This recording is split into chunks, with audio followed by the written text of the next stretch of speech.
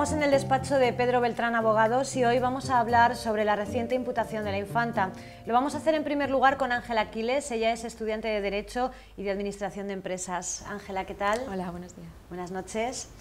Bueno, en primer lugar, en el asunto de la infanta hemos oído hablar mucho del juzgado de instrucción. ¿Qué diferencia hay, para que lo entiendan bien los telespectadores, entre un juzgado de instrucción y un juzgado de lo penal? Sí, Anabel, bueno, el juzgado de instrucción se dedica a instruir las causas y el juzgado de lo penal dicta sentencia. En el juzgado de instrucción se reciben las declaraciones de los querellantes y de los testigos. Posteriormente será en el juzgado de lo penal, si se decide que hay indicios de delito, donde se dicte finalmente la sentencia.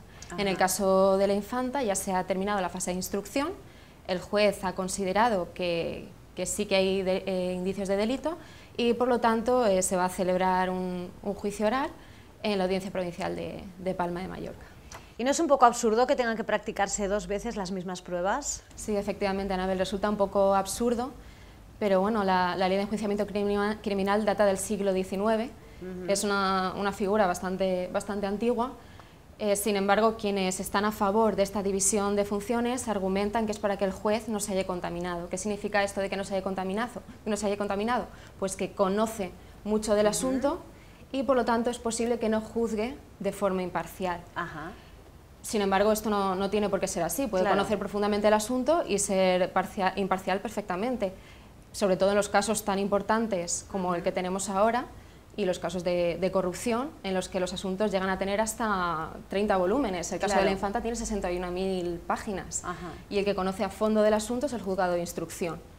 Es muy difícil que el juzgado de lo penal llegue a conocer tan profundamente este asunto. Además, esta división de funciones dilata demasiado los procesos. Claro. Bien, ¿qué significa estar imputada? Bueno, estar imputada simplemente significa que hay indicios de criminalidad contra una persona. Imputado no es lo mismo que condenado. Sí. Sobre el imputado todavía hay presunción de inocencia y perfectamente puede ser absuelto. Hay muchos casos en los que las personas imputadas son absueltas. ¿El auto va a ser recurrido y, en caso afirmativo, en qué consiste este recurso? Sí, la Fiscalía ha anunciado que va a recurrir el recurso. Es un recurso muy poco habitual, puesto que los fiscales se rigen por el principio acusatorio, es decir, los fiscales acusan, no suelen estar en coordinación con la defensa, como es este caso. Sin embargo, sí que va a seguir la Fiscalía el asunto sí que va a acusar al resto de imputados y a su marido Urdangarín. Y después de este recurso, ¿cómo se va a desarrollar el procedimiento? El procedimiento se desarrollará con la entrega de los autos a las partes para que presenten los escritos de acusación. Y aquí se establecerá la fecha del juicio oral en la Audiencia de Palma de Mallorca, puesto que aunque no se ha decidido, aunque la Fiscalía no ha imputado a la infanta, sí que va a seguir el procedimiento contra el resto de imputados y contra su marido. Muy bien. ¿Y de qué delitos se le acusa y qué penas se le podrían imponer? Sí. Esto es algo que interesa mucho a los ciudadanos. Bueno, a la infanta se le acusa de un delito de blanqueo de capitales, por el que se le podría imponer una pena de prisión de 1 a 5 años, y 2 delitos de fraude contra Hacienda Pública. También por cada uno de ellos pena de prisión de 1 a 5 años. En cambio, a Urdangarín se le condenan de muchos más delitos, se le condena por estafa, por prevaricación administrativa, por tráfico de influencias, malversación de caudales públicos.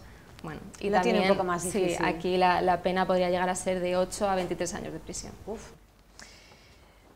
¿Podría llegar a ingresar en prisión la infanta? Entiendo que sí, que si le cayera esa pena máxima, has dicho de 1 a 5 años, pues si fueran los 5 años o a partir de los 2 años podría ingresar en prisión, ¿no? Efectivamente, ahí has estado acertada.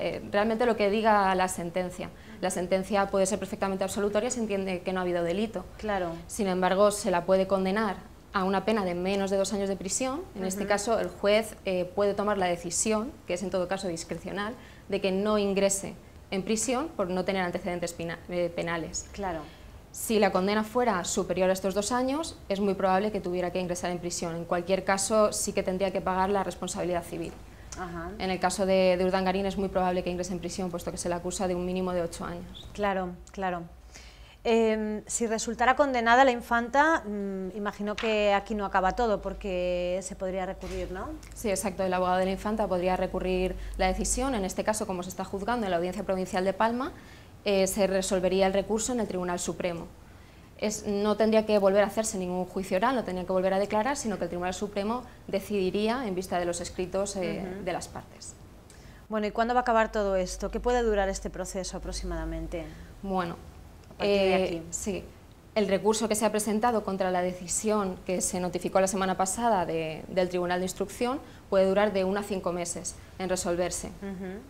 Posteriormente puede fijarse el juicio en la Audiencia Provincial dentro de unos 8 o 12 meses. Sí.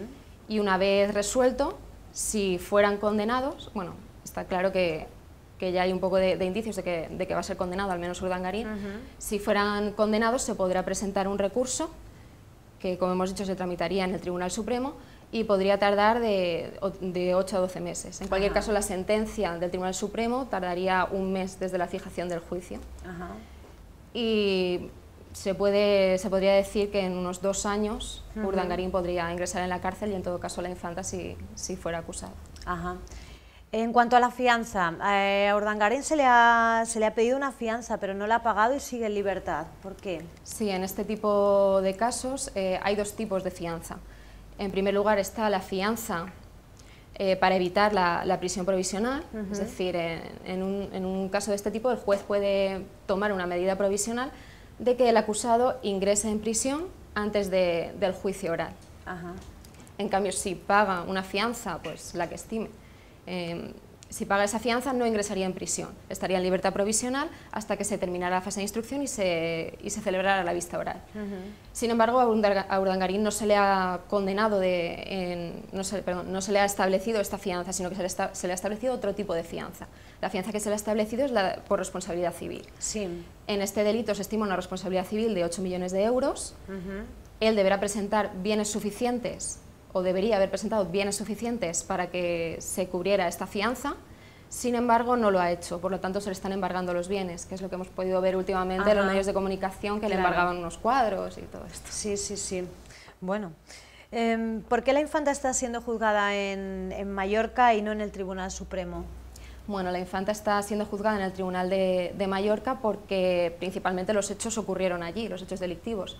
Sin embargo, si la infanta hubiera estado aforada, se hubieran juzgado en el Tribunal Supremo, pero a nadie se le ocurrió aforar a la infanta en la Constitución. Claro, era algo tan impensable, ¿verdad? Explícanos qué es un aforamiento, para terminar. Bueno, un aforamiento significa que se alteran las reglas de la competencia judicial penal. ¿Esto qué significa? Pues que en la Constitución se establece que para los diputados, los senadores, los ministros, el presidente, el órgano competente para conocer de las causas es la Sala de lo Penal del Tribunal Supremo. Entonces, si se vieran incoadas en un procedimiento penal, sería este quien lo juzgara. Pero además no solo ellos, sino que provoca un efecto arrastre en el resto de imputados, que no son aforados. Claro. Esto les causa un perjuicio porque, claro, pierden su derecho de revisión en una segunda instancia. Claro. Bueno, está considerado que el aforamiento, quienes lo defienden, pues es simplemente porque se le concede cierto privilegio a estas personas que tienen unas funciones importantes y se les pretende proteger de ciudadanos vengativos, ¿no? Quienes quieran llevar una venganza política contra ellos. Sin embargo, el aforamiento pues también es una figura un poco antigua y es sorprendente que unas reglas de competencia tengan que modificarse para conceder beneficios a estas personas. Sobre todo se perjudica el derecho de la igualdad. Claro. Es más, si lo comparamos con otros países y hablamos ya de cifras, en España hay 10.000 aforados. En cambio, en Francia solo hay 10. En Portugal hay 1, en Italia hay 1, en Estados Unidos no hay ninguno, en Alemania no hay ninguno. Entonces es sorprendente porque estos políticos de estos países donde no hay aforados son juzgados en un tribunal ordinario. Claro, claro, claro. Bueno, pues lo dejamos aquí. Si te parece, Ángela, muchísimas gracias por esclarecernos todo este entramado que cada vez parece que se va complicando más. Gracias.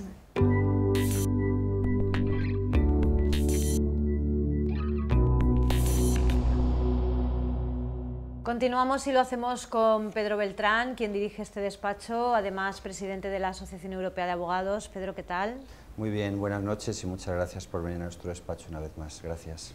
Bueno, vamos a retomar un poco donde lo hemos dejado con Ángela. Hablábamos del aforamiento. ¿Qué te parece esta medida y que, sobre todo, que haya en España tantos aforados? Me parece una vergüenza nacional e internacional y me parece el Spain is different. Como muy bien ha expresado Ángela, y las cifras son muy significativas, en España hay 10.000 aforados, aproximadamente 9.800, 10.010, casi es difícil calcular el número exacto, pero 10.000. En Francia, como ha dicho Ángela, hay 10, no 10, 1, 0, no 10.000, sino 10. Sí, sí, exactamente, sí. El presidente de la República Francesa, el primer ministro y 8 ministros, porque en Francia tienen la suerte de tener un gobierno de solo 8 ministros. Ya está, 10, no hay más. No son aforados ni los diputados, ni los senadores, ni por supuesto los parlamentos autonómicos, nadie más. En Italia, el presidente de la República, punto, nadie más. En Portugal, el presidente de la República, nadie más. Juzgado en un caso por el Tribunal Supremo y en otro por el Tribunal Constitucional. Estados Unidos, ni uno. Reino Unido, ni uno. Alemania, ni uno. ¿Qué quiere esto decir? Que si hay un proceso contra Obama, contra Merkel o contra David Cameron, primer ministro del Reino Unido, lo va a ver un tribunal normal. Claro. Y tenemos el caso que acaba de ocurrir esta misma semana, el martes, anteayer, ocurrió esto, y ayer miércoles fue cuando fue puesto en libertad, de que ha sido detenido el expresidente de la República Francesa, Sarkozy, y no estaba aforado.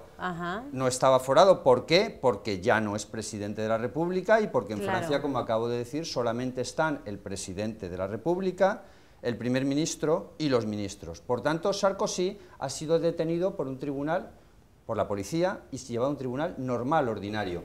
Y además, que envidia lo rápido que se ha decidido el tema, porque ya el fiscal ayer había imputado, ayer miércoles, en un día, ya había imputado, formulado acusación y le pide 5 años de prisión por tráfico de influencias y corrupción. Bueno, no comparemos con aquí. Igual tienen menos trabajo allí, ¿no? No creo que sea porque haya menos trabajo. Hay una estadística internacional de la rapidez y eficacia de los procesos judiciales. Y en España estamos en el número 56. Antes por lo menos podíamos alardear del fútbol, ahora ya casi creo que ni eso. Pues estamos el 56 en potencia judicial, Francia está el 4, Alemania el 3. Bueno, eso es un reflejo de lo que está pasando, pero es que ese 56, si la estadística se hiciera solo con respecto a políticos, creo que estaríamos en el 170 o 180, en el mundo hay 196 países, porque la lentitud de los procesos en relación con los políticos es absolutamente exasperante. Por tanto, me parece una figura absurda que no debería existir de ninguna manera y de la que además se está abusando de forma escandalosa. Hablaremos en otro programa la semana que viene de esta cuestión específica de juicios a políticos, pero en este programa concreto en el que hablamos de la infanta sí me gustaría resaltar, con respecto de tu pregunta del aforamiento, que si la infanta hubiera sido juzgada con este aforamiento, lo que pasa es que, como ha dicho mi compañera, se les olvidó en la Constitución y en cualquier otra ley posterior. Era impensable, ¿no? No se les ocurrió. Ahora se les ha ocurrido muy rápido con respecto al ex-rey. Eso sí que lo han hecho muy rápido, porque pero también se les ha ocurrido ahora. Tampoco se les había ocurrido antes, aunque decían que estaba todo muy previsto y demás. Pues bien, si la infanta hubiera estado aforada, no estaríamos donde estamos. ¿Por qué? Porque hubiera sido juzgada por el Tribunal Supremo. Y es evidente que el Tribunal Supremo no hubiera seguido el proceso contra ella. ¿Por qué? Porque es un tribunal muy politizado. No olvidemos que los miembros del Consejo General del Poder Judicial los eligen los partidos políticos a través del Parlamento. Y esos miembros del Consejo General del Poder Judicial van a decidir luego quién gobierna las salas del Tribunal Supremo. El Tribunal Constitucional todavía está más politizado aún, porque ni siquiera son jueces de carrera, sino que son elegidos por el Parlamento directamente y por tiempo limitado, no son funcionarios, no siguen toda la vida como jueces. Si a la infanta la hubiera juzgado el Tribunal Supremo, pues no hubiera seguido adelante el asunto. Y la prueba la tenemos en las declaraciones hechas esta misma semana por un fiscal del Supremo, en donde dice que a la infanta no se le debería acusar. Bueno, pues está claro que no hubiera ocurrido. Por tanto, el aforamiento es una medida muy injusta.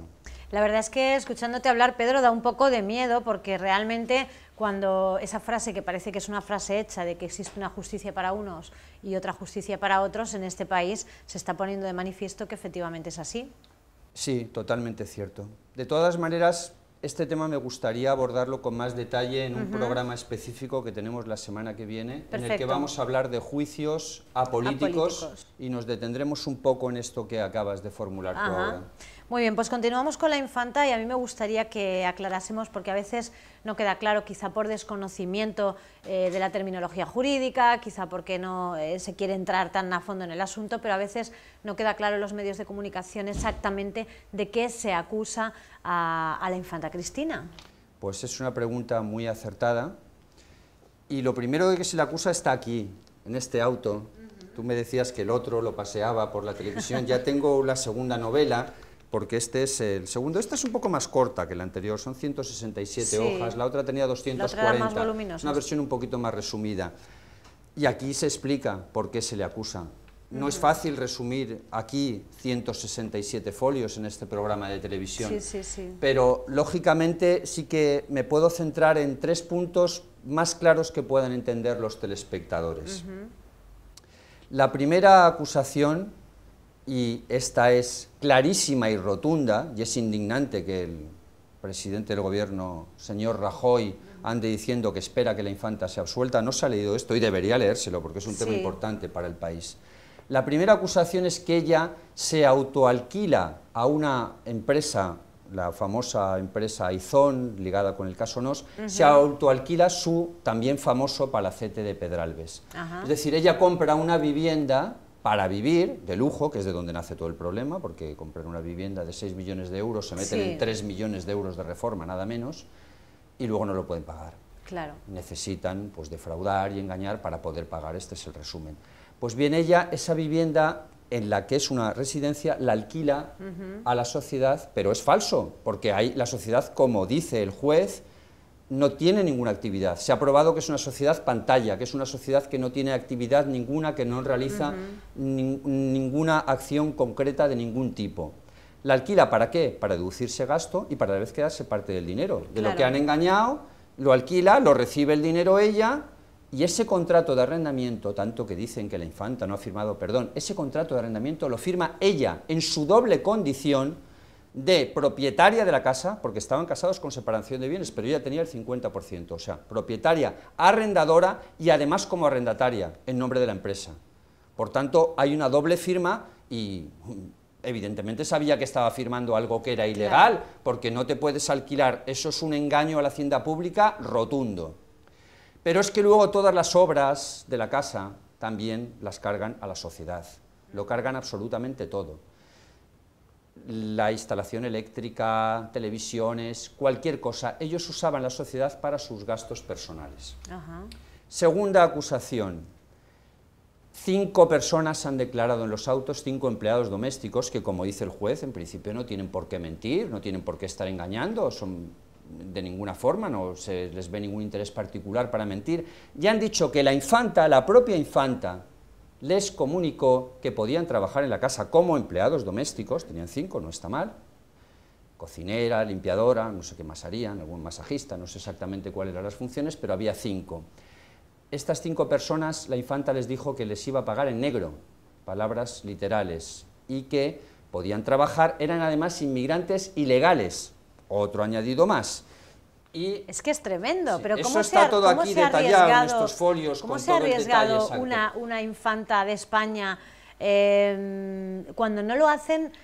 Cualquier persona conocida sabe que puede ser chantajeada, que puede ser descubierta, que puede ser... ¿Cómo esta señora? Son los osados, piensan que la justicia no va con ella. Pero es más grave aún, Anabel, porque esa es la primera fase, que ya está muy mal la primera. Pero la segunda es que luego deciden darles de alta. Tú podrías decir, vale, muy bien. Pero no, es que les dan de alta en nombre de la sociedad como empleados de la sociedad. Es decir, la cocinera, la limpiadora, la masajista, lo que sea, la jardinera o jardinero, porque eran chicos y chicas, los dan de alta en la sociedad y se deducen el sueldo y las cuotas de la seguridad social en la sociedad. Otro fraude más. Vamos a ver, eso es como un ciudadano normal que tiene una empresa que coge ya a su empleada doméstica que le limpia en la casa, la pone de alta en la sociedad. Bueno, muy mal, completamente irregular porque está deduciendo unas cuotas que no eran correctas, porque esas 5 personas dijeron que jamás habían hecho ningún trabajo para la sociedad, que no sabían ni lo que era eso, que habían firmado donde les habían dicho, porque de esa manera iban a tener más posibilidades de obtener la residencia y ya está.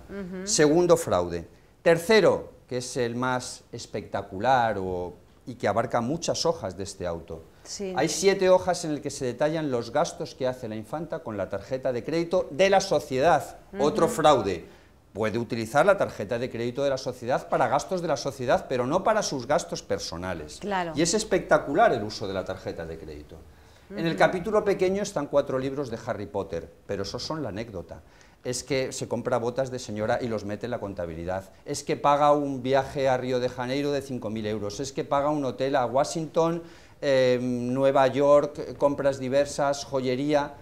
La relación es absolutamente espectacular. Para que, por ejemplo, factura de casco y guantes para moto, de BMW, factura de alquileres de vehículos, facturas de tintorería, facturas de un alojamiento en un hotel de lujo en Mozambique. Es decir, hay una cantidad enorme de gastos, muy detallados, porque esta causa, como he dicho Ángela antes, tiene nada menos que 63.304 folios. Ajá. O sea que, imagínense los lectores, 63.000 folios son 63 libros de 1000 folios, o 120 libros de 500 páginas. Y el detalle de los gastos es espectacular. Aquí viene completamente detallado cada uno de ellos, pero es que lo usa todo. El juez ya dice en un momento que, bueno, que no puede seguir transcribiendo porque hay tanto.